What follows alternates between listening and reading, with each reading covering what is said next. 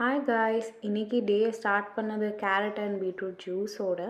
And பிரேக்ஃபாஸ்ட்டில் பார்த்தீங்கன்னா திணை அரிசி மாவு தோசை இருந்துச்சு, அதை சுட்டு சாப்பிட்டேன். ரொம்ப நல்லா இருந்துச்சு.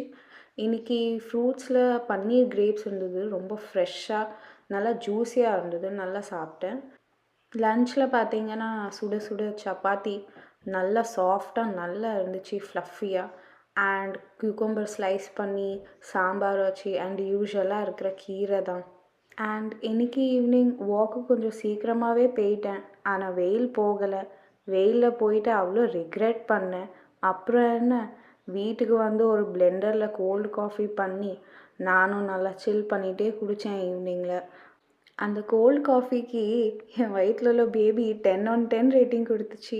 அண்ட் டின்னருக்கு திணை அரிசி தோசை, மதியம் வச்ச சாம்பார் அண்ட் தக்காளி சட்னி, இப்படி ஒரு கிளாஸ் பால் ப்ரோட்டீன் எக்ஸ் பவுடர் மிக்ஸ் பண்ணி குடித்தேன்.